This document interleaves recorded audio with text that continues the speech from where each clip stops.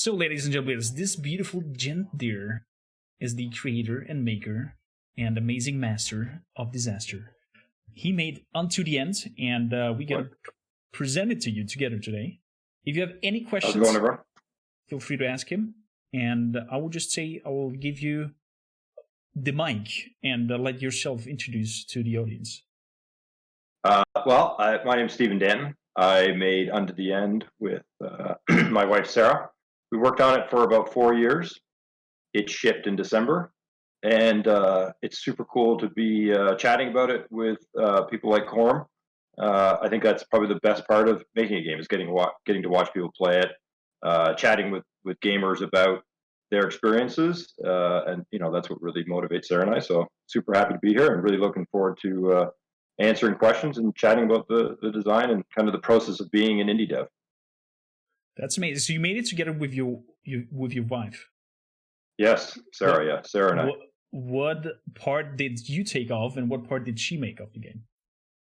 We shared a lot of responsibilities. So we're both artists. So we both did a lot of drawing, and editing and kind of design of the world's look and feel and the characters and all that kind of stuff. Sarah has a background in interior design and photography. And I think she's a better artist than me, definitely better at composition and color and kind of things like that. And so she would often, we had a process where like I would draw something, Sarah would like edit it and add things to it, and then I would draw a bit more, and Sarah would draw, and we kind of like go back and forth that way. And then I did the animation and the programming for the game. So. And then that was, we shared a lot of the game design. I tend to kind of worry about like the little lore stories and kind of the little bits. Yeah. And then Sarah is better at kind of thinking about the big picture. She's a really great art director, so she's able to like keep kind of a cohesive kind of look and feel and kind of aesthetic and personality through an entire project. So she would take on more of that, but when you're two people and you're making a game like Unto, you have to do a little bit of everything. Most games like Unto are made by a team of say 8 to 10 people. So it was a lot of work. We're super tired. I can definitely understand it. How long is the game? From the game to do a single run through, it takes most people 4 to 6 hours. It kind of depends on how much you explore, what items you find, what fights you take on.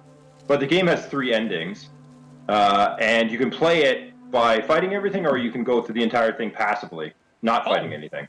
So don't have to fight. No, you don't. You can avoid every single fight by trading, running, using items, stealing, things like that. So most people get about 12 to 14 hours of it. So you play through it. You get to 2 different endings by playing through it, and the decisions you make impact those endings. And then there's a mode you unlock. It kind of ties into the story that we call Old Warrior mode, and that's actually a permadeath mode. Ooh. And so, depending on your skill level, that can take a bit more time because if you die once, you start from the beginning. So. And if you finish it in that mode, is there like, as I said, a special ending? Yeah, there is a third ending that is, in general, like Unto the End is a Souls-like, but it's not a copy of Dark Souls in the sense of, we don't have a stamina bar, we don't use bonfires, you don't drop souls when you die. It's not about stats and leveling and getting different weapons. It's kind of Souls-like in a feel and mood and the lack of guidance and stuff like that. But it's not a Souls-like in kind of the literal translation of the Souls mechanics. Mm-hmm. But yeah, so the commentary in general about Unto the End is really a commentary about an anti-hero, someone who is a father and a husband that happens to use a sword. And what would you do in those situations if you were that father? If you got lost in the mountains, and how would you confront these creatures you don't share any language with? Would you just kill all of them, or would you maybe think, hey, maybe I can be peaceful here, maybe I can trade with them, maybe they want to help me, maybe I can help them. And the ending of the third run through and the idea of being an old warrior is kind of a statement about that idea of what do you do on an adventure when you confront creatures. Are all creatures evil? how do you look back on your life as a warrior, having gone through all those situations, that kind of stuff. That's really clever. That's really clever. Balor asks if there is any hidden Easter eggs in the game, like any. Yeah, tons of Easter eggs. Tons of Easter eggs, even. I see. Duskwolf also said that he loves the art and was asking some art-specific question. I'm not sure if he can repeat that. He asked it before we started the dev stream itself. And I would also say, let's start right into the game. I can't see your screen at all. I don't know if I should be able to. It's fine if I can't. You can just ask me like we're doing an interview, but I don't know what I need to do to see your screen, but I can't see it. Maybe bring up the stream. Let's see here. I have no idea how to do that. How do I bring up the stream? Like go to Twitch and bring up the stream that way? Exactly. Well, let me please send you the link. Maybe drop me a link, yeah. In terms of Easter eggs, like some ones I could mention, little ones that, and I can call them out as we go through the game. Maybe let's do that. Maybe I'll call out different Easter eggs as we go through the game, and I can kind of point out things like that. Definitely. And then a lot of lore bits kind of tie into Easter eggs too. Sending you the key there. Perfect. Got it. There will be maybe a delay of a few seconds. So, from what I'm seeing here, you are playing this father figure, taking on the spear from the kiddo. So I'm watching an ad for Star Trek right now. 17 seconds. Definitely. Cool, I can see chat. I muted the stream so then I can. Yeah, perfectly. I was wondering if it was vector art and how he animated it. I love how smooth it is. Asked Duskwolf. Yeah. Sure. So it's vector art in the sense that it is all drawn in Illustrator. Okay. And the characters are at least all drawn in Illustrator, and they're drawn in a flat style, so similar to Another World or Out of This World. My understanding is those games, like Eric Chai's approach, was true vector art, drawing it in engine, using just math. And so we're using kind of modern tools and then importing that for the characters into the world. The world itself, though, is actually all drawn using 3D planar polygons, so flat polygons. Okay. And that's built out. So we actually drew the entire world as one huge canvas from beginning to end. So it's like a 100-foot canvas that is like 2 feet tall. Okay. And it's all seamless, so there's no loading screens or anything. When you jump into a dream, which you can see, Corm, that is a load. That's the only time we have a load from one area to the next. But otherwise, it's one big world that all kind of fits together. And that is more traditionally vectors, and kind of in the computer science version of like vector art. And then animation is done using Unity's animation editor, which I don't advise anyone doing to make a game with as many animations as Unto the End. The main character has, I think, 200 different animations, and then every single character you come across is unique and has his own like combat animations, and it's nuts. So, but the more interesting bit is how we actually tackled the animation, and that was using an approach very similar to Mark of the Ninja. So I don't know if people watching have played Mark of the Ninja, but effectively you take a character and you break them down into constituent parts. So you have like a forearm, a hand, an upper arm, a chest, torso, pelvis, etc., etc. And you put all those together in kind of like a 2D doll, and then you animate them using like a tween animation, like kind of how Flash animation works. But you're posing them, so you're building the keyframes, and then you're letting the animation system tween between keyframes. But the rig you set up is really like a 2D kind of doll type rig. So I can articulate an arm, and I can move a chest, and I can move the head and things like that. But you're posing it, frame by frame by frame. So it's incredibly tedious to do. So versus like a 3D system. Like these old motion capture movies that you like. It's similar to that. Yeah, it's picture. Yeah, it's similar. Picture. Yeah. So how many hours of work did you put into that so it looks that smooth and works that amazing? Oh, I mean, we spent 4 years making it. I would say more than half of the time was animation. So that's what is that? Like 12 hours a day times 300 days times 4 years. So yeah, lots and lots of hours. There you have it, Chad. Yeah, it was a lot of work, but I enjoy animation, and I'm a self-taught animator. So animation is this weird kind of dark art where it doesn't. Sometimes logic doesn't get you the best looking animation. So there's like one technique, as an example, is like the idea of squashing and stretching. And so like when the hero attacks, like if you look at it really closely, and if you're a trained animator, you'll notice like the sword gets bigger as he attacks, right?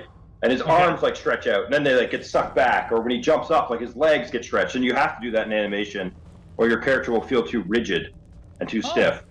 And so, yeah, you learn all these, but you wouldn't think of that. You would think like, no, it's actually better to make it look realistic and to keep all the proportions, exactly like a real human. And actually, that creates kind of very static, robotic-looking animation. So what is you learn a lot by doing.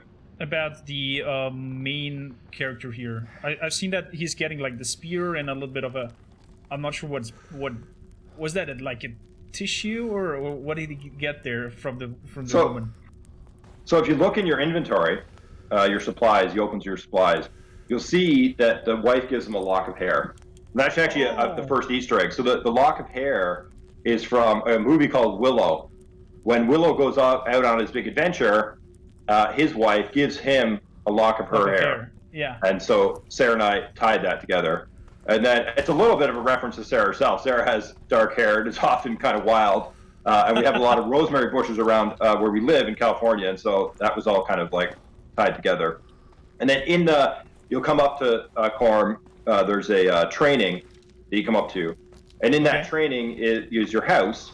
And on the door of that house is a bundle of rosemary, which just kind of ties into the idea of the lock of smelling like rosemary. So. Okay, this here looks like a dead end with a lot of bones. That's cool. Thanks so much. I'm glad you thought it paid off.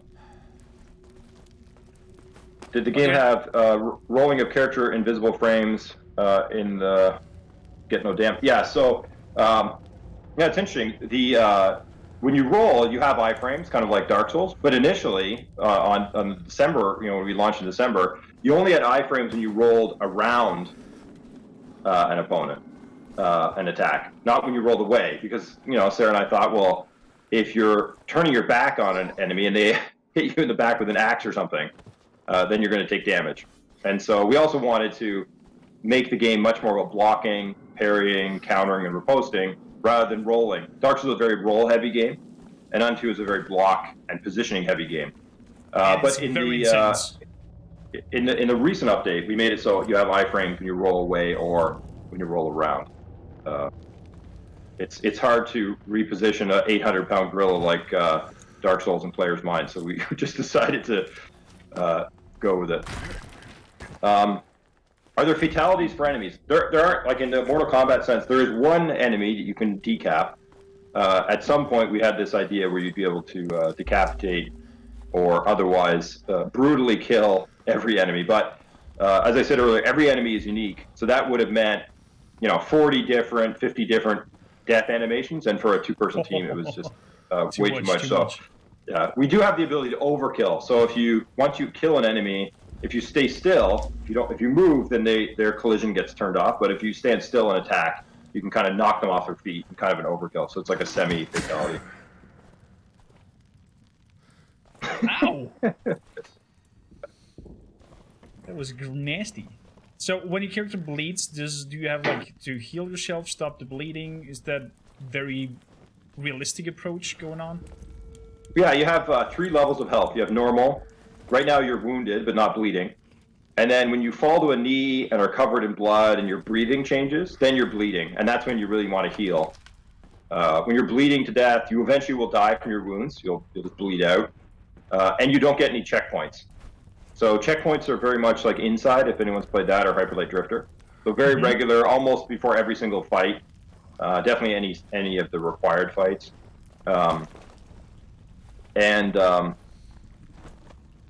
When you're bleeding, you don't get those. So, but if you get to a bonfire, you can mend your wounds. And then you can also craft a tonic out of herbs, eat a herb up to a maximum of 3. If you eat more than 3 herbs, you actually start puking. And can't eat anymore. But there are items that you can get aside from the tonic that you can make that heal you, and then there's an item that lets you eat more herbs.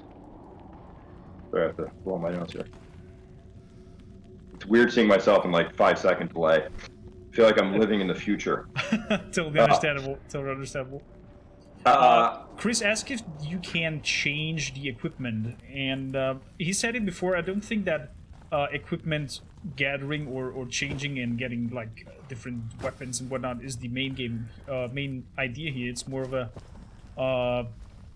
the father who went out hunting, I'm guessing, because that was the first scene that I've seen, that he's like going out to hunt some deer because it's winter, and I'm guessing his family's starving, and then he just drops down in here and probably will try to find... Oh, there's a dead dude. Oh no, he's alive. That's exactly right, Form. So the father goes out hunting, and he's a decent hunter, and he knows how to use a sword, like everyone kind of in his time. But he's by no way, like a super warrior. He's not a blacksmith. He doesn't know how to not a leather worker or anything like that. So the father can collect supplies, as you've seen, and then you can take those and fashion them into armor that protects you. But the level of armor sophistication is kind of like the Revenant, if anyone's seen the Revenant. So it's like bones and sticks and kind of leather straps and things like that. What maybe like you or I could make. I don't know if maybe Corm could probably make a full set of plate mail, but for someone like me, I could only make like a pretty basic set of armor, and it would be kind of rudimentary, like protect my arms, protect my chest, protect my legs, kind of thing. So that's what we ended up using for what the father can do. But the bigger meta piece of that is that the supplies you gather are also used to craft a dagger, which you can throw and is really effective in combat for doing crowd control and targeting specific opponents, and also your torch. So you can drop your torch, and then you don't have any light, and in a cave that's a really bad situation.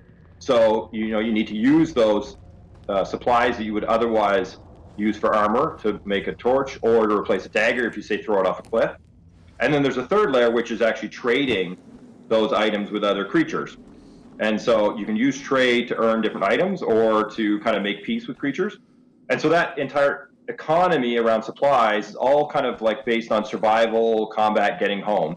And so you're really making these trade-offs, like, okay, do I want to make this armor now at the expense of like, what if I lose my torch? Then I won't have enough supplies to make a torch. And like, those kind of survival things are what real people face when they're trying to survive out in the wilderness. You're unsure what's going to come around the corner, and you kind of need to make these decisions without perfect knowledge, but also trying to hedge your bets about, like what could come next, and really being eager when you're searching things out, because you want to explore all the nooks and crannies. You get the maximum number of supplies, so it gives you the most options, et cetera, et cetera. So, Bauer asks, is the game more on a realistic approach, or also like mythical creatures and whatnot?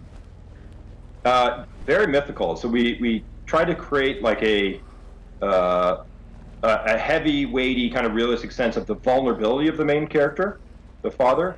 But the creatures you face are all mythical creatures that Sarah and I just made up. They're largely inspired by two creatures from two, I guess, groups of creatures from Star Wars. Jawas, which are kind of like the scavenger guys, and that's these guys here. These guys are called Krilt. And you learn about some of the lore and who the creatures are, like while you play. So they're Jawas, and then later on you kind of fight the Tusken Raider Sand People. Those guys are called Woad, and then we have these other bigger guys sprinkled in that are not really from Star Wars, but yeah. Interesting to see where you draw your inspirations from. I'm a huge Star Wars nerd, so yeah. That's great to hear. That's great to hear. I think we as well, and especially a lot of from the audience. Exo asks, is the game a backtracking system like Metroidvania, or is it like linear? It's much more linear than a traditional Metroidvania. There are parts that are have a little bit of backtracking and have a little bit of a Metroidvania feel to them. Like this first area is probably the most Metroidvania that Form's going through now. But in general, it's more like Inside with additional paths. So like, I don't know if Inside or Limbo is a very linear kind of puzzle platformer. And so Unto is a little bit like that. But there are side paths that are very optional that you can go and explore. And then, unlike a puzzle game, Unto has various ways to get past encounters. So there's over 100 different decisions that you can make along the way as to whether you fight or run or make peace or help out, so on and so forth. So, Killer Jar Jar. Is there a way to put this sword away? And yeah, if you did the training, which you skip, but you can do it from any fire form. You just press the right stick button. You'll sheath your sword.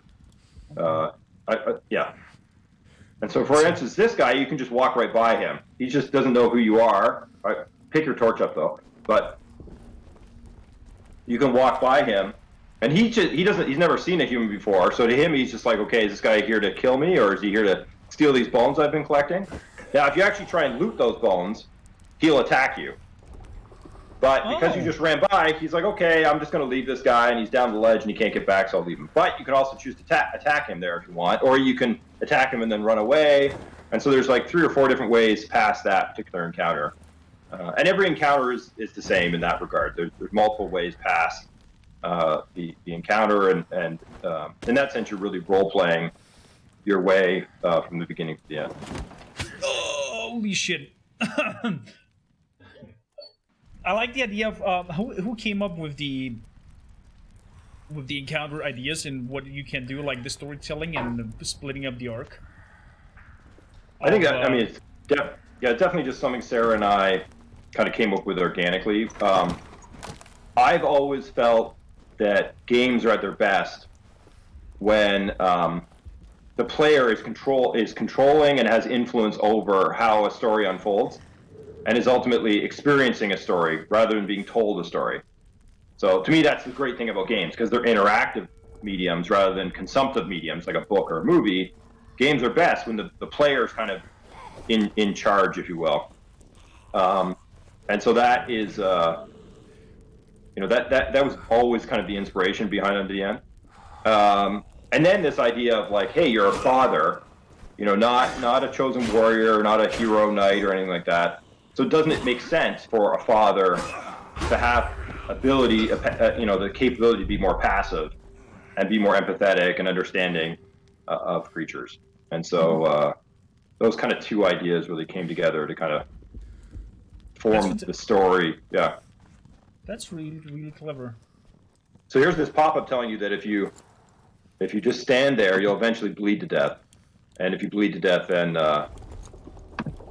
you'll have to start at the last save point you're at where you weren't bleeding to death.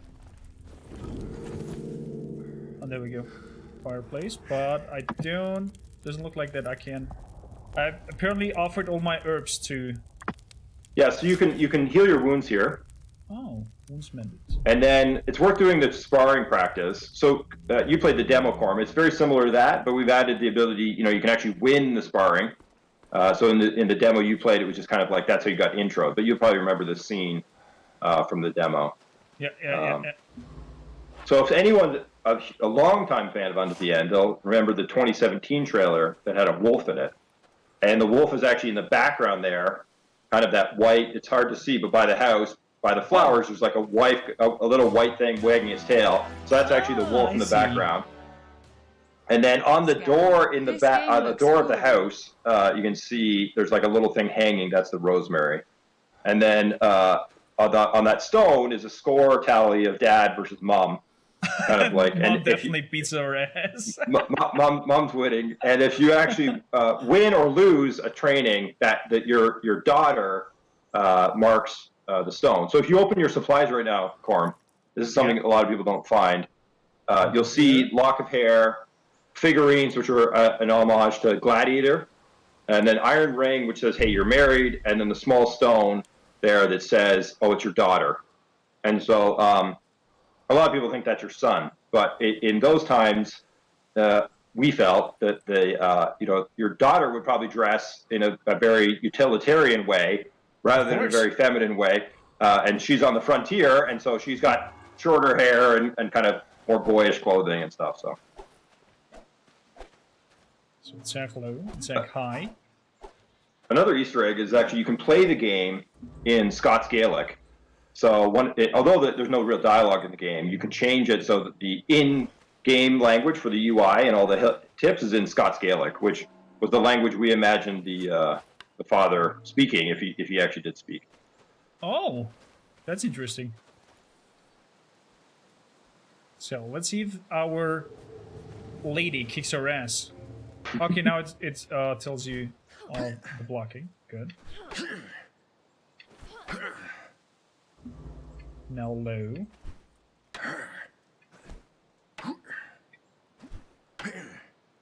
And who came up with the idea of this fighting system? Combat was really we as designers we like to design from first principles rather than from existing games. So like a lot of games for a lot of good reasons are made by saying like, hey, I really love whatever game X, and I want to take that and I want to like change it a bit by making it like sci-fi or making it a different setting, but I'm going to use the systems from another game. Instead, Sarah and I looked at the medium that we were presenting the game on. So we knew we wanted to do something kind of side-on. We really thought that a side-on game with depth was kind of neat. Plus, we could actually make a game like that with 2 people. And then when you look at side-on, you kind of realize, like, okay, what's special about a side-on view? Like, one is you can judge high and low really well, better than in 3D if it's like over the shoulder like a Dark Souls. The next one is being able to judge left, right, so I can tell like how far is my opponent away from me and how far is an opponent, maybe behind me. And then the last one is being able to see behind you. So combat actually allows you to like spin and slash behind you or turn and smash behind you. And then you have to deal with threats that are coming from in front as well as behind. And so those 3 different ideas were kind of the foundation, the pillars, if you will, that we then built up into the combat system. Interesting. Very, very interesting. Yeah, the idea of the underdog and you having all your moves from the beginning and really having a read and react approach to things and a defense first approach to things was definitely inspired by Punch-Out, which is an old NES and more recently a Wii game. And so, yeah, like that. I mean, it's very different because Punch-Out is like, this game where you're Quorum 1. See, all that demo training, still there, buddy. Still there, apparently. Still there. So, high, low, block, up. Okay, we'll manage. But very interesting. These little details and love to details is what I think makes this game so special. Because thanks so much. Because stuff like that kind of makes it feel alive. And Boward's not pure beginner's luck. It's skill. Pure skill. So yeah, thanks. No, we tried to put a lot of stuff in there. Sorry, go ahead.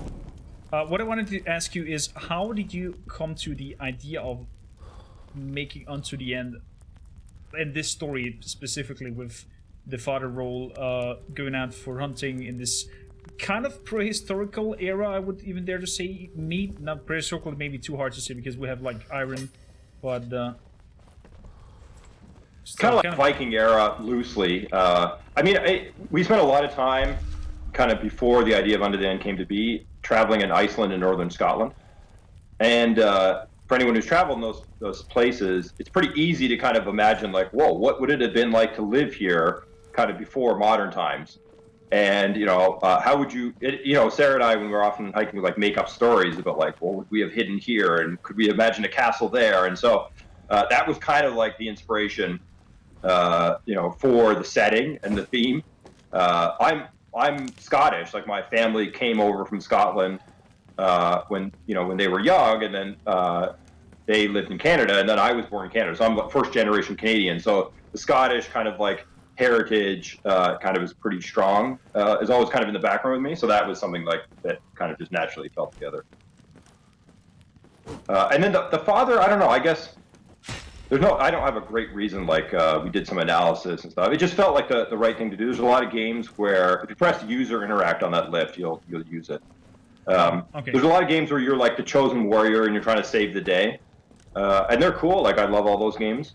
But it's also neat to kind of be the underdog and be in over your head and really succeed because of your skills and your observations as a player. rather than because you definitely power up, or you find the magic sword, or you find the best armor or something. So that it was just kind of a different spin on things, and trying to make a game that was very much about the player, their experience, their observations, their skills. Which is, to be honest, the kind of game Sarah and I grew up with, right? Like Sarah and I grew up in the NES, Sega generation, where it was much more about you figuring out a game. And it's interesting, like when you play a game back then, people would often say, "Oh, I haven't figured it out yet." Whereas today, it's a little bit more like, "Oh, the game hasn't taught me yet." And it's kind of it's a subtle difference, but it's a big enough one that we thought that was interesting, kind of focus on. Perfect use of the dagger corn. That was by accident. That was pure accident. Don't tell anyone. Don't tell anyone. And what I like especially about the presentation that you do in here, it's not how to say, not too light on you. It's I mean, the art style is kind of cute and whatnot, but still it's grim and bloody. And they're freaking out the creatures and making all these blood stuff happening here. It's grim. Yeah, we tried to create. I mean, a lot of these caves are actually inspired by travel Sarah and I, like trip we did in Hawaii, where we hiked through a bunch of lava tubes, and we had these kind of average flashlights, and it's amazing. Like if you've ever been in real darkness, it's amazing how your mind plays tricks on you, in the sense of like you start seeing things. You're all the fantasy books and movies I've read. It's like you expect like orcs to run around the corner, or like these like things were hanging down from the ceiling, like stalagmites or whatever, like wet, and they'd hit your head, and you think it's like some weird creature. It's just bizarre how you start kind of like making up this narrative in your head. And so a lot of kind of the interiors and kind of the claustrophobia.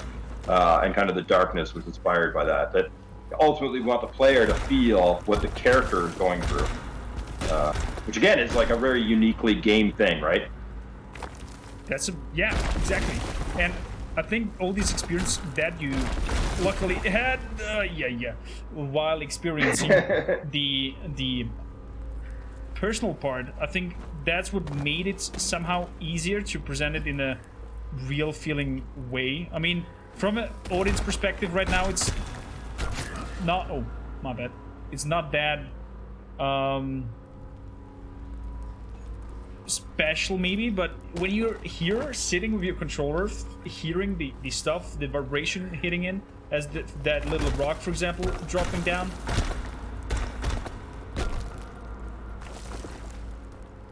That feeling of intensity and this little sound plays of this little bim, kind of piano play in the background brings in a huge dramatic way. Oh my goodness.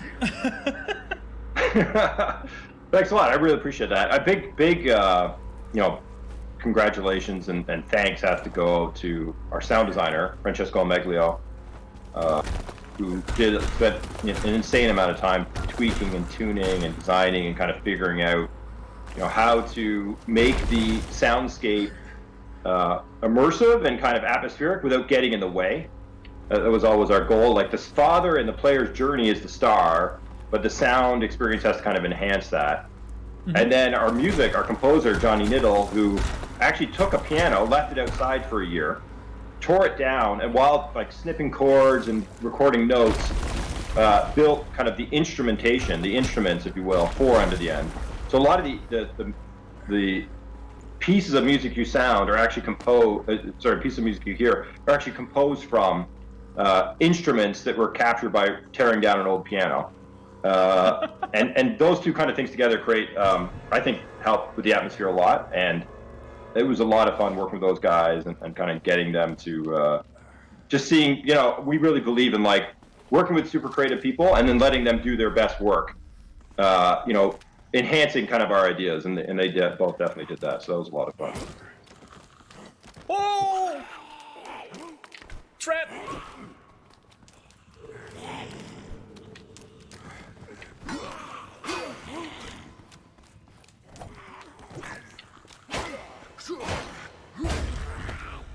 Okay. I'm just watching you fight, Corn. Oh! He stole my gun! My weapon. Oh, there we go.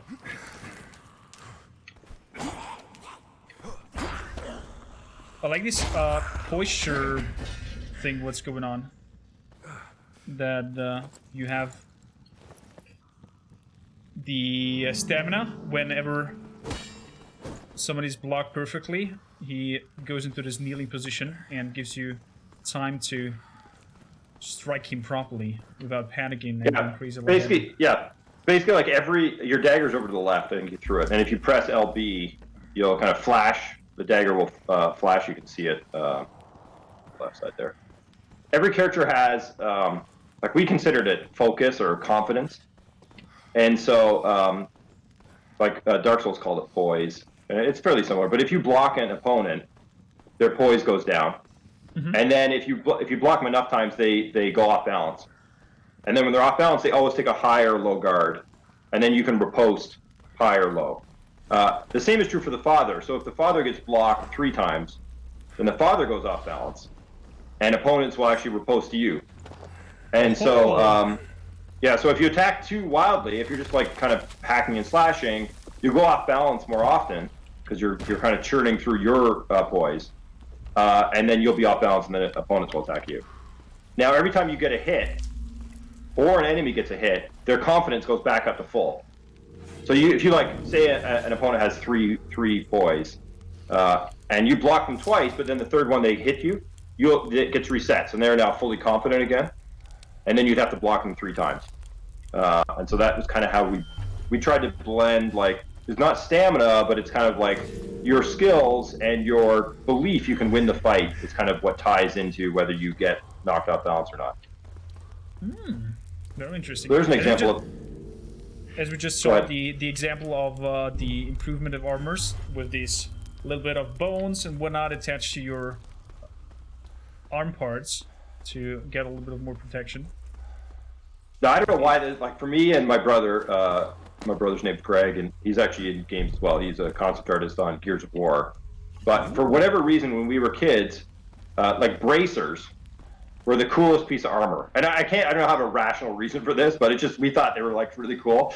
And whenever we get them in a D&D campaign or like playing, early D&D games, we always thought that was the coolest thing. So that's why I made bracers the first thing you could make.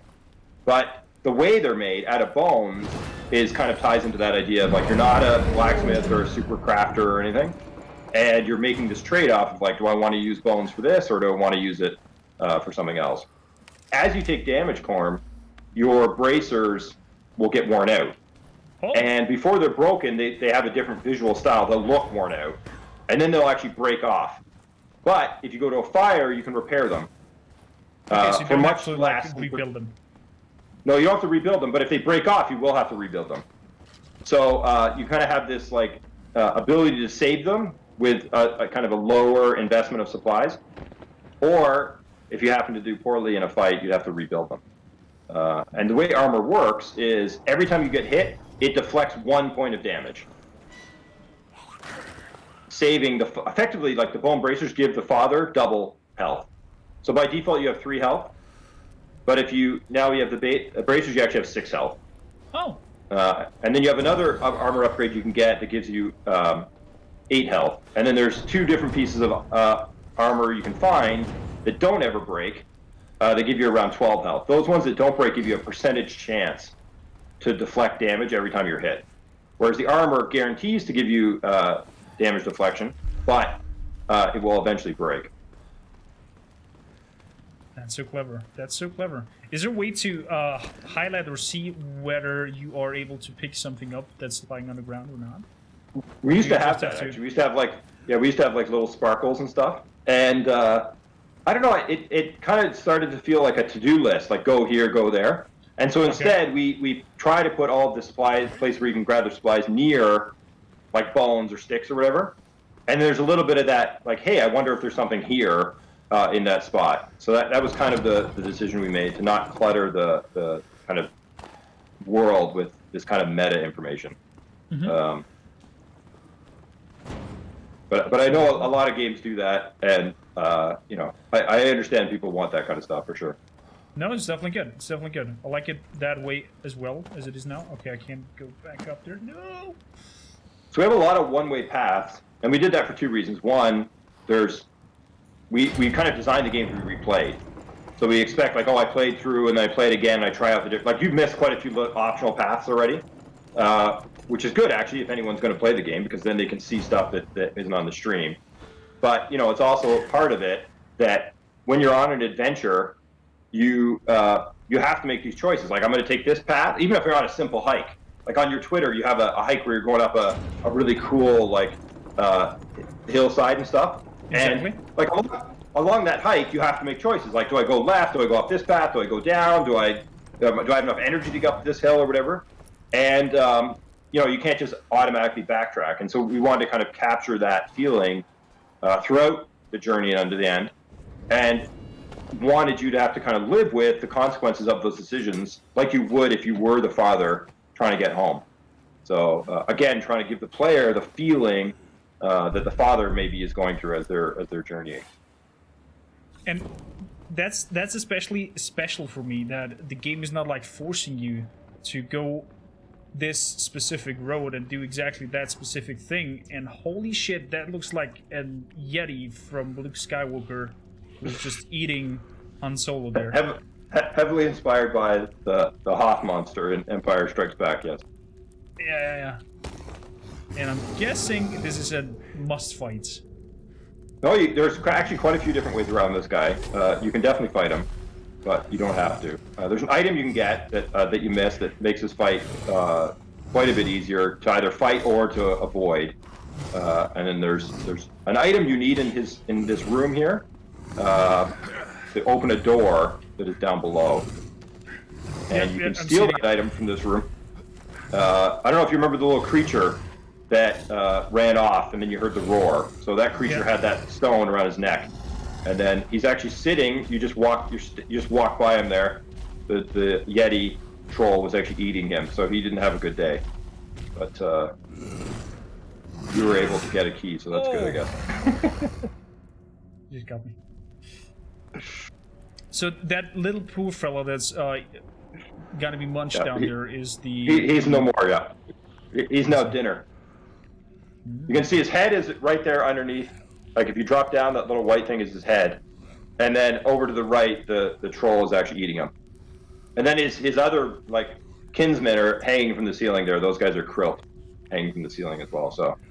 I really love the way of how you projected this three-dimensional feeling, even though it's like just a canvas going left to right, but with these layers in the background and in the front with this little shadow plane and whatnot, it feels so amazingly three-dimensional.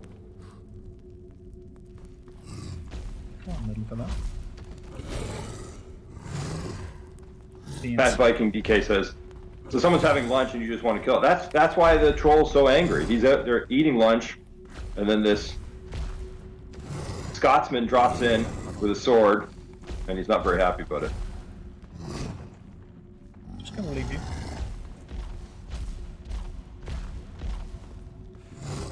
But that idea of you being the intruder throughout the experience, you know, was really something we tried to design from the very beginning. Where you're moving through these... The thing I always loved about Star Wars was, I mean, I think it's the original movies I really love, but the thing I liked most about it was kind of like the stuff that's going on in the background, like the bigger world that you don't get to see and don't really get to experience, but is definitely there, and you feel like you're kind of like moving through a world that's in flight. And that's really what we wanted to capture with Unto the End. Like, this world would go on, and these creatures would be doing the things they're doing with or without the father. The father just kind of happens to be, if you will, walking through the woods and coming across these creatures. And then as the player, you need to decide, like, what do? Do you fight? Do you run? Do you try and help? So on and so forth. So that's kind of the motivation. So a good thing on this guy, Corm, is to duck. So duck his swipes, just with B, and then get a hit in, and then when he does his overhand, roll out of the way. I see. Yes, Let's give it a try. Ice knows the magic. Ice is in chat. He's played this game many times. He's beat it in every way possible. He's a true master, so he can help you out too if you ever need. I can see Ice there probably pulling out his hair and just like, what the hell is he doing? It's so simple. No. Oh, I thought he's like keeping duck. Okay, so I have to actually time the ducking. So this game is very a much timing. Yeah, it's really about timing. Yeah, that's very much a Punch-Out inspiration. So in Punch-Out, if you dodge to the left, the right, you have a window where you dodge over and then you come back. And so if you dodge too early, then you're actually going to step into an attack. And same with this. So if you duck too early, you're actually going to come up and actually you're going to be right in the way of the attack. So totally. So chat, type an exclamation ! DevTalk to have a look at the Steam page of Unto the End. Also, we're giving away 4 copies of this to 2 came from you, 2 came from us to support your work and doing. And this is your chance to ask any questions that you have related. B core maker, B, red button. Towards our developer here that is related to the game. Maybe some game development parts, maybe some game hints and help. There we go. Nearly. almost got greedy there. Got greedy, Corp. Yeah, a little bit. So actually, when you come out of a duck, you do a special move, like a duck counter. It does extra damage. It doesn't do extra damage against trolls because they're giant, but other guys it does extra damage. And you can also do a jump counter. So on this guy, his attacks are low. All of his attacks are actually high, so you can't jump over them. But a guy who does a low attack, you can jump over that low attack and then follow with a jump attack. Yeah. Wow. So after Unto the End, do you guys plan to continue with game development and start a new project? Absolutely. We have tons of ideas. It's just a matter of kind of picking an idea that is the right one, so to speak, to work on. But yeah, we've got lots of ideas, and man, we've learned so much about game design and the game industry, and kind of how to talk about games and how to think about games from Unto the End. It would kind of be a real shame to not make another game. So yeah, we're definitely excited to do that. Really can't wait to get started on that. But Unto the End was a ton of work, and so getting that done, and then just taking time to really enjoy it, right? Talk to people that have played it, hear what they think, chat with guys like yourself. That's kind of the reward of making a game. And so we want to take the right amount of time to really enjoy that before we get stuck into the next project. One more hit for him. Yeah, we did it. We did it. Bravo. Best job, buddy. Wow. It was tough. There was stuff, but exactly these parts make it so rewarding in some way that after you like not making it and trying it over and over again, and you finally make it, this kind of greatness that you feel, and I think a lot of games are moving away from that and becoming way too much of a, as you said it, with the highlighted parts of the items that you can't pick up. Too much of an I take you by your hand and just guide you along kind of thing.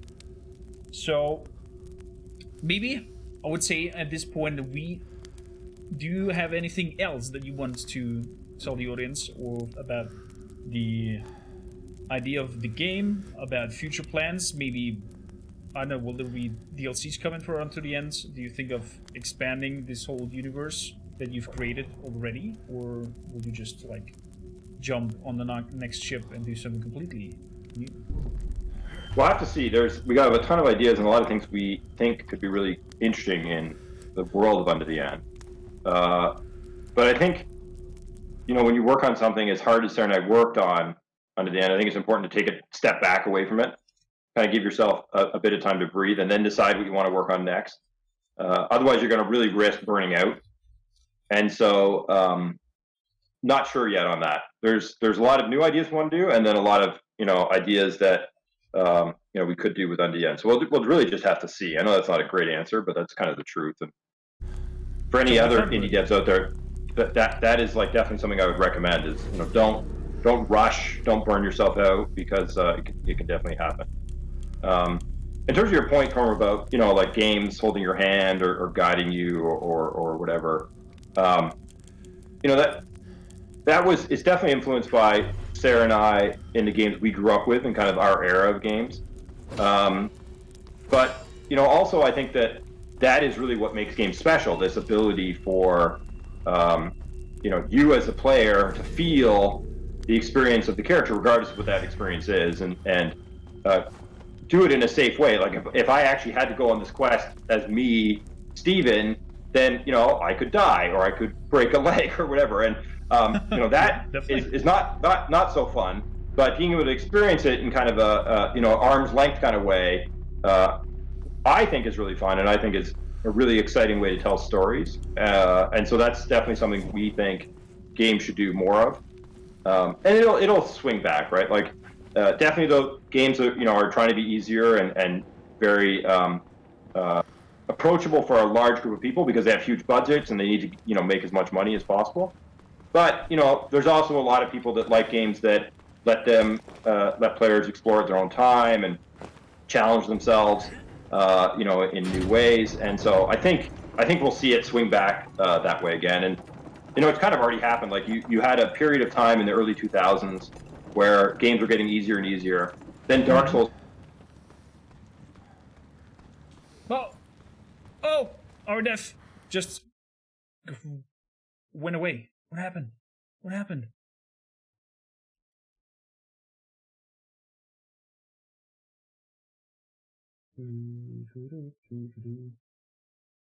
There we go. Let's bring him back. Can happen. Hello. I'm back.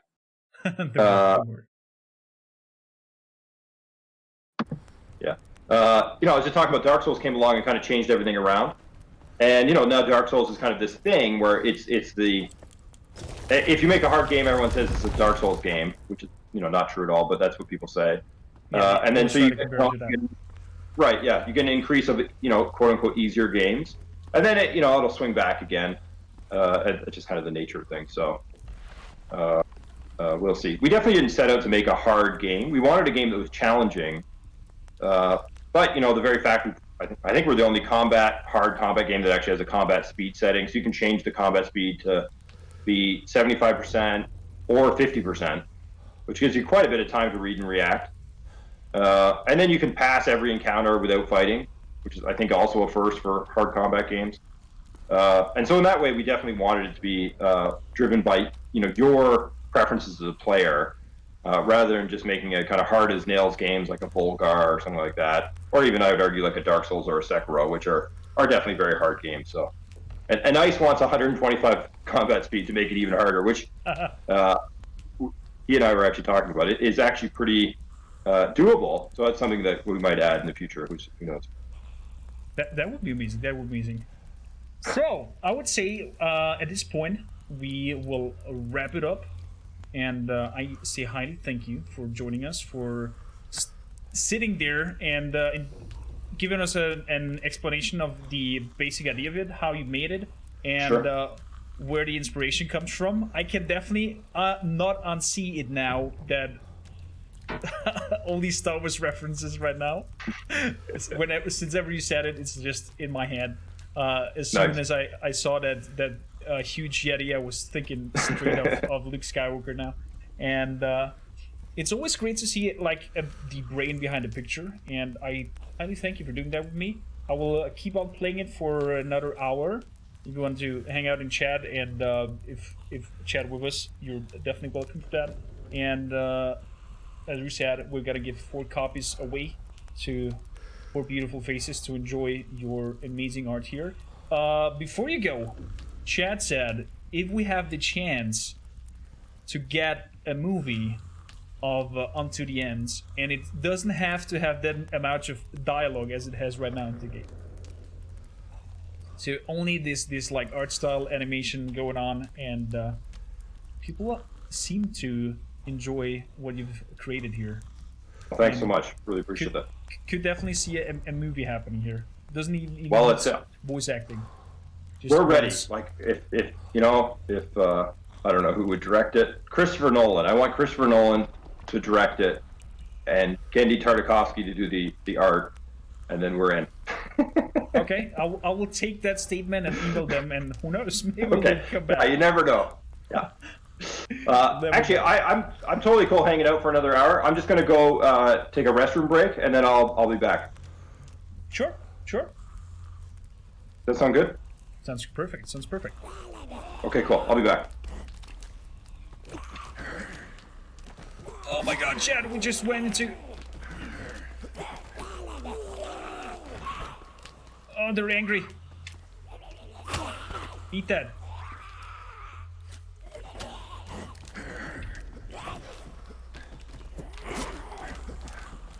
Where's my sword?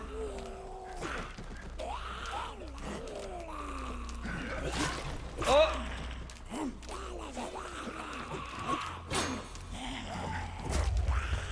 Oh, they can hit it themselves?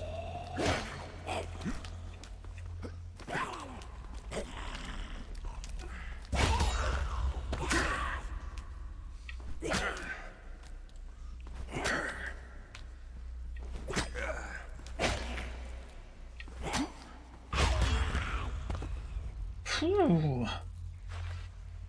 Yes, Nolan! That would be amazing. Axu, thank you kindly. Chad, what do you think of this game so far? Except of looking very unique, having this 2D art style, and I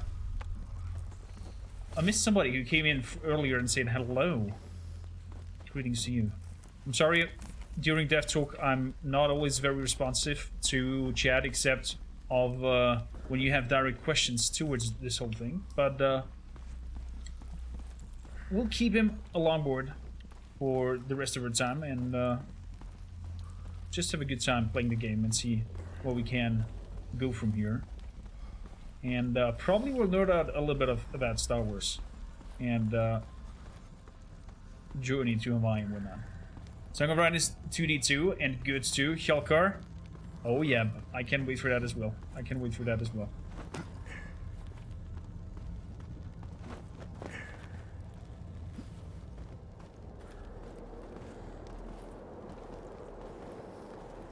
Do I jump down here?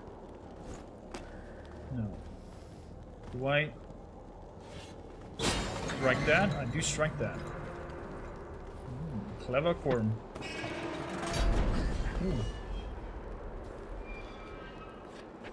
No. Always the wrong button. You made it. Definitely. What I'm curious about, mostly platformers in 2D side scrolls game, is there already a speedrun group behind it who like finish the game in a crazy amount of time? You know, there are some speedrunners. I don't know what their times are in, kind of like the 30 to 40 minute range. I think Ice has done it in like 40 something minutes. Yeah, there's the ultimate speedrun would be to do it without ever lighting a torch, because then you waste quite a bit of time with your torch. However, there is a system in the game. You kind of saw a little bit of it, Form, when you're smashing your sword on the ground, like a light kind of flash goes around, and so you can actually make it, through the game without a torch. Outside it doesn't work, but when you're in a cave and you hit rock with your sword, it like flashes a little bloom of light, and so then you can remember where things are. It's definitely harder, but speedrunners are, they know the game so well that they can kind of just do it by feel almost. So They'll live it. So if you go, I'll give you a little hint here, Corm. If you go into this cave and then press LB, and you're on a ladder, you go down a ladder.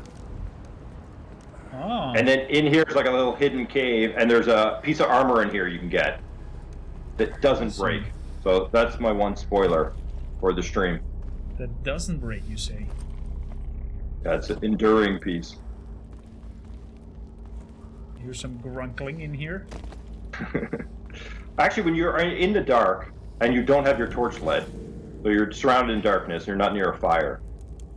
Francesco, our sound guy, built a system of sounds that mimics fear of the dark. And so based on the creatures that are nearby and the kind of state of the father, you'll hear different sounds around you. And it sometimes will sound like creatures are going to jump out at you. And so I've watched some streams where players will like turn around and attack into the darkness because they think a creature's going by. Pretty cool. So yeah, it kind of builds over time. And it does depend on how close you are to the light and stuff. So. Oh, we got an iron helmet. Interesting. Yeah, so that iron helm will never break. And every time you get hit, you have a percentage chance to deflect 1 damage. So it effectively, like kind of law of averages, gives you an extra 1 or 2 health points. That's very sneaky hidden there. Below. Yeah. I just saw what you meant, that when you hit the ground with the sword, it gives a little sparkling and lights up everything.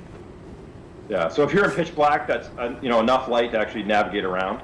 And we've actually had. I watched a stream the other day where a player played for about 40 minutes with no torch. And he was just hitting walls and hitting the ground and kind of figuring things out. So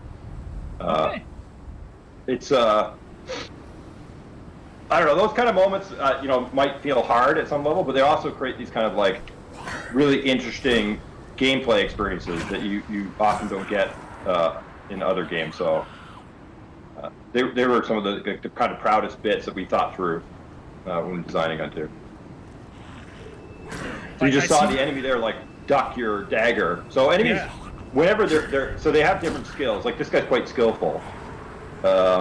And so he's got really good defense, but he's also very easy to run away from. So that's kind of the compromise here, or the balancing agent. I see. So but after you just fail for a bazillion times, you're just like, damn it! That's up to you. Yeah, exactly. Yeah.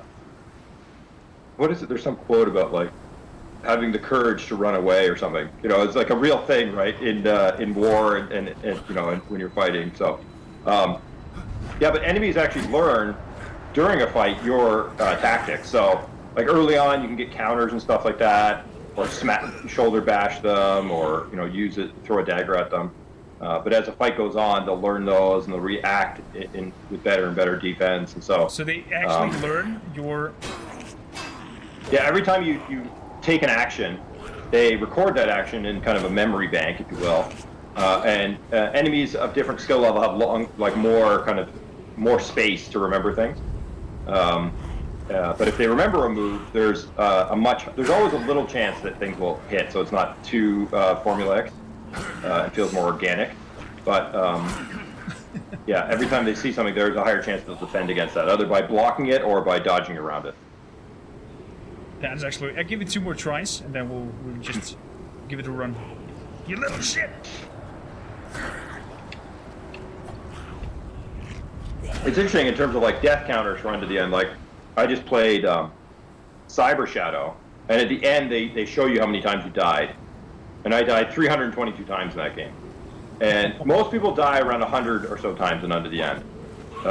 So like in terms of like hard games relative to death. We are 3 times easier than Cyber Shadow. You can put that on the back of the box. 3 times easier! Oh my goodness. So one last time. My Corn, you can do this. You got it, buddy. This guy is mostly about playing defensively and looking to put him off balance. But he's like way too quick for either my controller is not quick enough. No, if you block him twice, it's that whole like poise kind of getting rid of his confidence. Like if you block him twice, then he goes off balance. And then you have a longer window to actually counterattack him with a riposte staff. So like for example, his first attack is always low when he does his lunge. He'll block that low, and then he follows up with a high, and then you just have to read and react to the other ones. But if you try to attack super aggressively, he's faster than you because he's like it's interesting. So. We're kind of conditioned to think that the character we're playing is the fastest character, but there you go.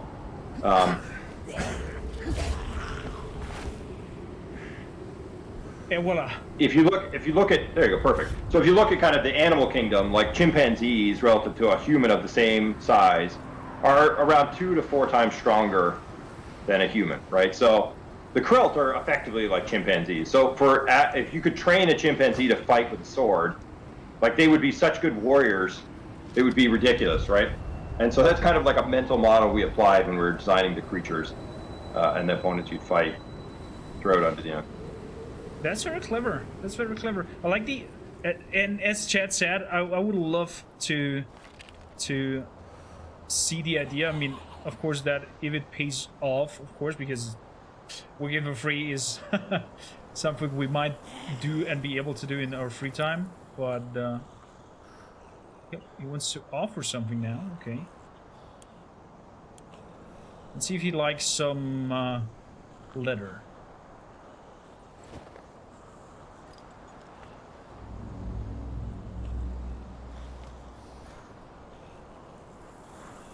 So the whole idea of this little place is a trading post. So the Krilt are scavengers, and there's an area early on that you can find where you can get a special item by trading.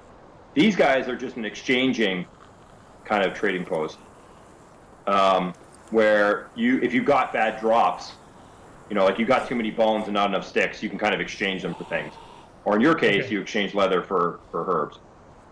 If your weapon's out, then they see you as a threat, and they'll attack you, regardless of what you trade. So the kind of posture and action play a big role. They are the main forms of communication in Unto the End. That's so clever. Thanks. And what I said with the feeling of 3D, with the trees in the background and seeing the wildlife just grazing there and eating a little bit of the grass. What the hell was that? Animals are running that way. I should run with them. Bye-bye. No, okay, we have to face it probably. I had a similar encounter on our latest tabletop session. We're playing Gloomhaven right now. And the card said that the animals and wildlife and critters are always all running into the opposite direction that you're heading. Do you join them, or do you keep on heading forward? And the group was like, yeah, yeah, we're curious. We want to head forward. Oh, shit!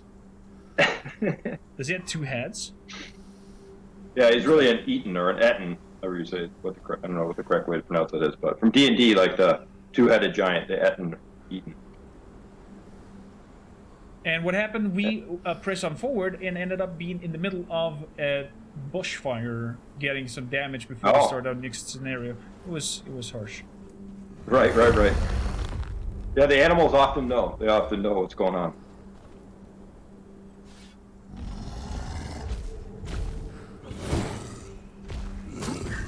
Oh, I see.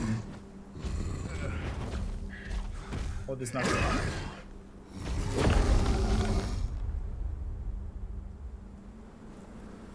So it rewards you if you are damaged and are failing your session, that you spawn back with full life.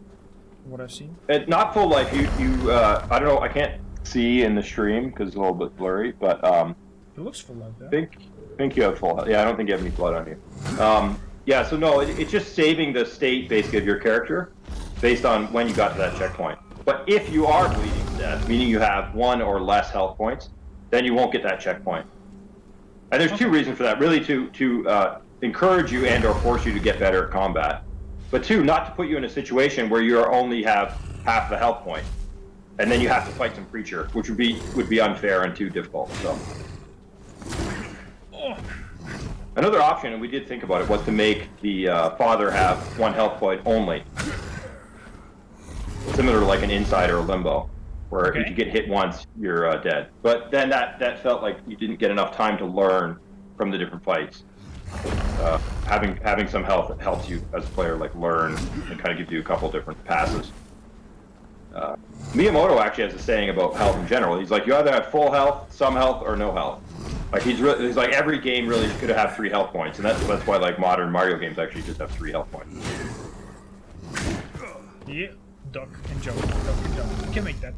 So I'm guessing you can't also just run past by him and just leave him. Yeah, you could absolutely. And he's just eating his lunch basically. He caught this deer. His den actually, speaking of Easter eggs, is like way over to the left, and you can see it in the background. After you pass him. But yeah, he doesn't care. I mean, he doesn't care. He has no vendetta against humans. He just wants to like take his deer home and feed his family and stuff, right? So yeah, if you run by him, there's an item you can use to stun him, but you get that earlier on. So there's kind of like 3 different ways to get past him.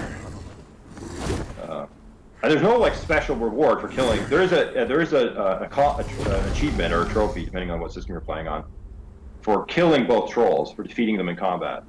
But other than that, there's no in-game reward. Like you don't get a special item or anything for killing trolls. And to us, that all fit into this idea of like, yeah, you're a father trying to get home. You're not kind of a warrior trying to accumulate special, weapons and stuff like that. So, an anti-Dark Souls in some ways. But animating this deer was one of my favorite things from the whole project. It was actually a ton of work, but a lot of fun. Yeah, to make him a weapon, like to make him like a thing you could swing and hit on the ground and drag and move and all that kind of stuff. And he like changes hands to the deer, like on the ground when he's going to do different moves. And yeah, that was a lot of fun. Fran had a lot of fun. So there's that jump, and then that jump counter where you're jumping over his low stab. Yeah. And then you can duck under the deer and then fall for the counter there too.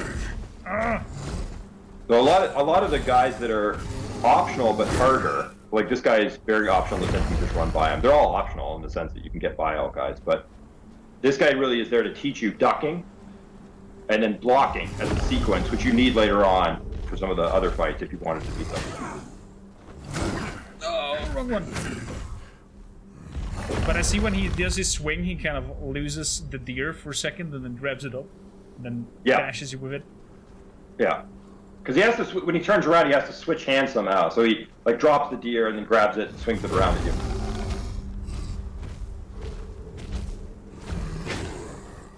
It's weird watching my pantomime in 5-second delay.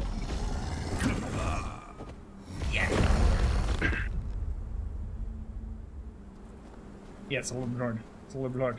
So what do you see, chat? Should we try and keep on fighting, or should we just ramp hard fight? Actually, chat, I'm thinking of an old meme slap around with a large fish. Wasn't that Asterix and Obelix with the quarrel between the smith and the fisherman, where it just says your fish stinks, and then the whole village starts into a fight. I'm not sure. Have you seen Asterix and Obelix? Is that, you said you're living in Canada, right? I've seen bits of it, but I don't know it that well. Yeah, I definitely know of it. Absolutely.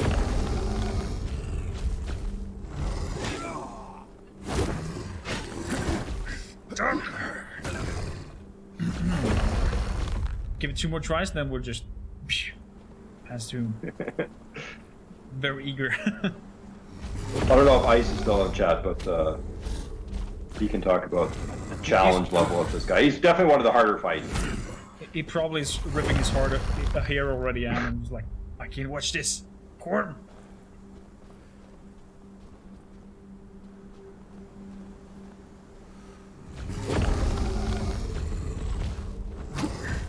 I was jumping! Okay, probably I'm too close to him and he's hitting with the sticky.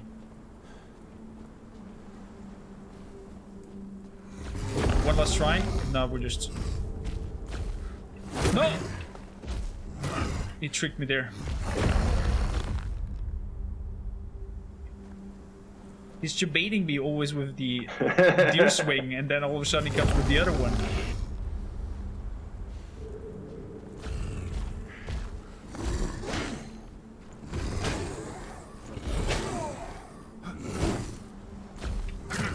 Oh!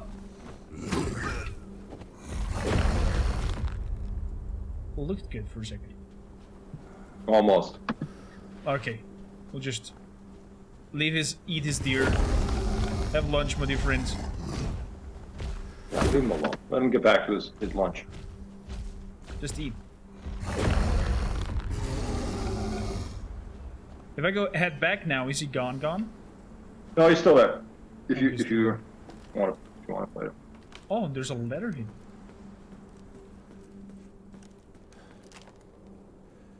Okay, that leather looks like it will break if I go down. Let's head back up. we got over here? Oh, spears.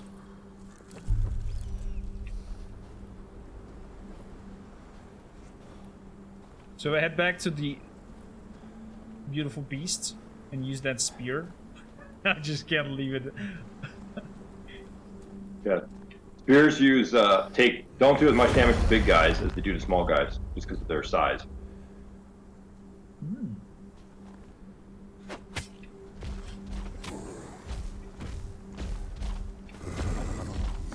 Oh, my sword! Or what are you doing? Drink the tonic.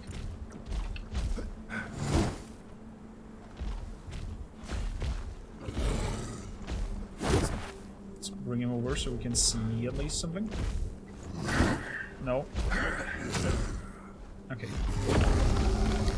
Not even the spear advantage in his nipple helped us there. Believe in me. We accept defeat. Next run, you can take him down. We'll try. We'll try. So I don't know if you remember this area, Gorm. Not entirely. Was that? Is this part of the? Wait, I remember in the demo thing you climbing down and then the ladder breaks or something like that. Yeah, the trap that you the stone kind of bridge trap is coming up. Oh. So this was the area where the demo took place. Yeah. Yeet. Yeet.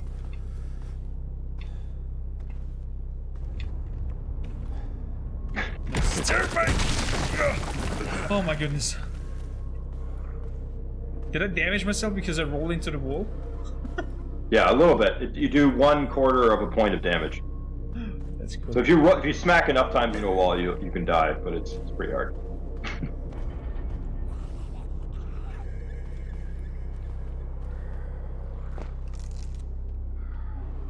I'm curious now of the sound things because you said that you imitate Fear of the Dark.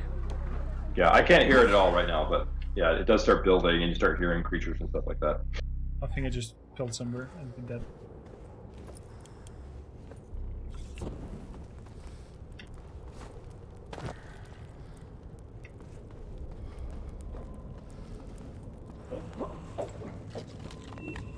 Stickies.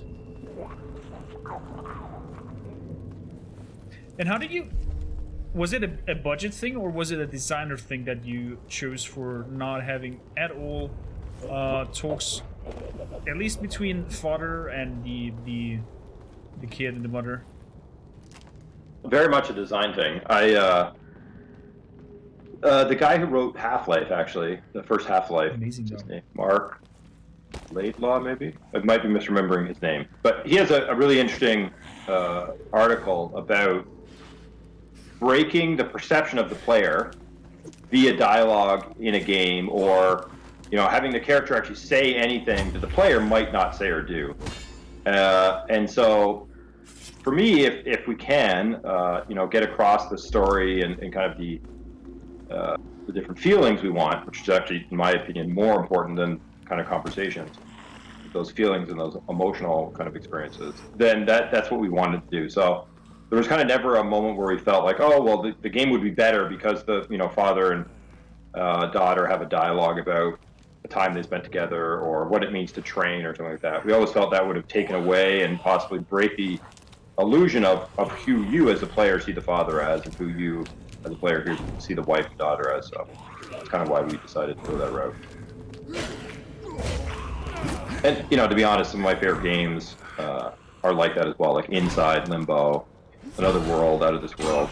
They don't lean on dialogue, but instead do environmental storytelling to convey kind of the experience they want to the player. So that was something we definitely leaned on.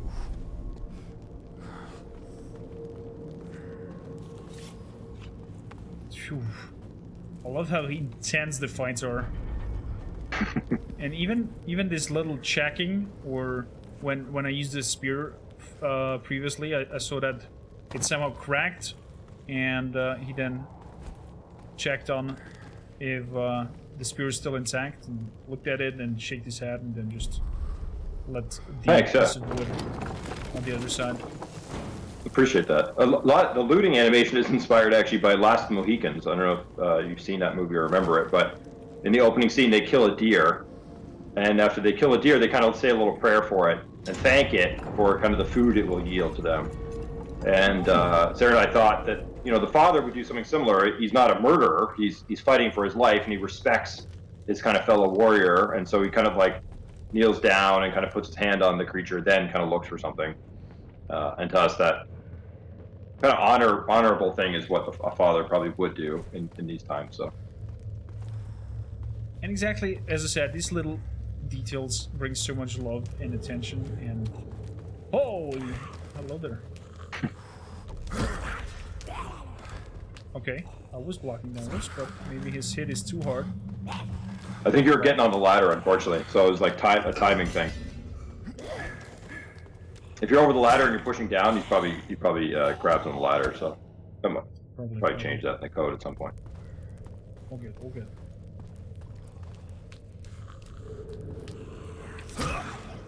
Whoa.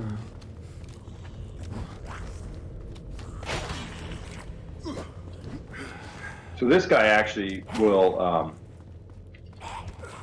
counter like away from your guard, and as you kind of get into harder guys, like if you guard up too much or guard down too much, they'll attack away from the location you're guarding, which makes them a bit more difficult. Greetings, Tree Frog. How do you? What was that part of Unity that this learning kind of AI was implemented with learn how your behavior is? I love that duck that he did. Oh no, Unity. I mean, everything is kind of done bespoke in Unto the End. Unity has a lot of systems for, say, if you want, simulating physics, or like adjusting kind of the processing on a camera, mostly in a 3D space. Unity has some facilities for like pathfinding, but those are mostly in 3D. So all like the pathfinding in Unto the End is hand done. Actually, the pathfinding, no one, a lot of people don't find it, but like enemies can kind of go wherever you go. They can jump over things, climb ledges. The only thing they can't do is take ladders. But that was just a matter of economy. Like just a lot of work to make a ladder climb animation, and lots of bugs can be there. So. Yeah, Unity doesn't help that much in that regard. They more provide you the kind of the scaffolding to go and make a 2D game or a 3D game, but in terms of systems like AI or pathfinding or behavior of a combat system, they don't really, at least to my knowledge, they don't help out that much. I see. Maybe there are systems that make all this really easy, and I just didn't find them, so I don't know.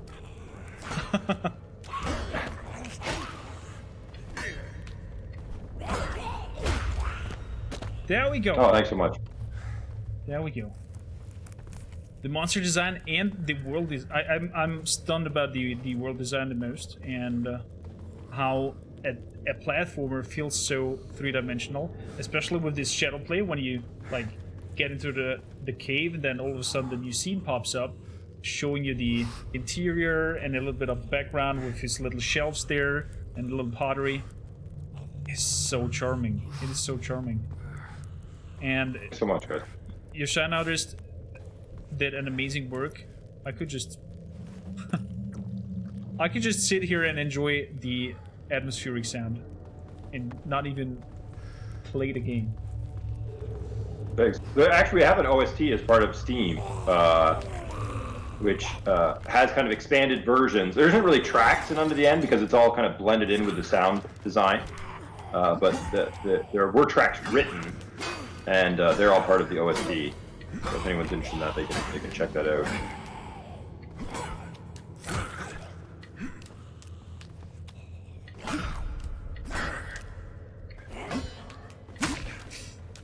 A real slugfest.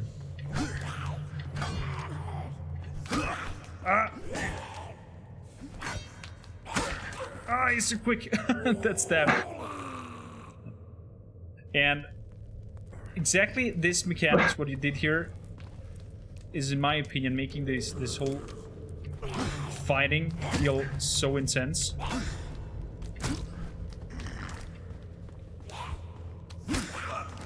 Okay. Okay. We'll give this two more tries to wrap it up, and then we'll wrap it up in general. Show the people quickly your trailer of Unto the End to see maybe a little bit of more of the world to expect. You can also, Corm, you can also go left here if you want, and that'll take you outside if you want to kind of avoid fighting these guys. Well, it's all good, all good. We kind of accepted the challenge here. You're ready. Do it. So one thing you can look for when you're fighting guys is when you see those bigger sparks after a block, then they'll drop to a knee. And that's when they're open for that riposte. Okay. So if you kind of key on those bigger sparks, that can be a good way to notice the openings. So I think this guy has a poise of 4, like a confidence level of 4. So you have to block 4 of his attacks, and then he'll go off balance. But if he hits you, it resets, so then you have to block 4 from there again.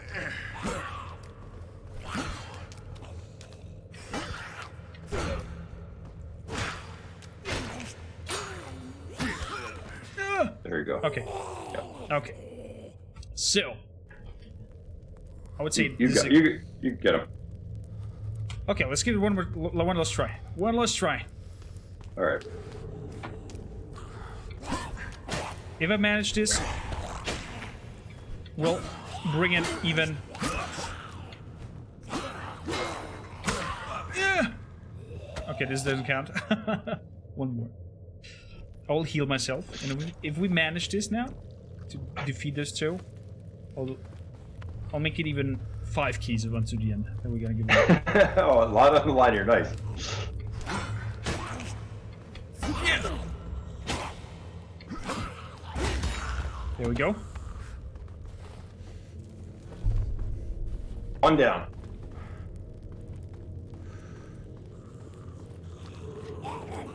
Yes, you can make it through the whole game without killing anything. Just do a pass run. It's still a challenge. It's not like an option you turn on. You have to use items, run, steal, etc. But you can absolutely make it without killing anything. Nah. Shame. We didn't manage. Focus, Corm. Ah, that's it. Nice job, buddy. Nice try. we did try it. We did try it. So, I thank you kindly for joining us on this session and hanging out with us for such a long time. I hope we didn't hold up too much of your time. And not at all. My pleasure.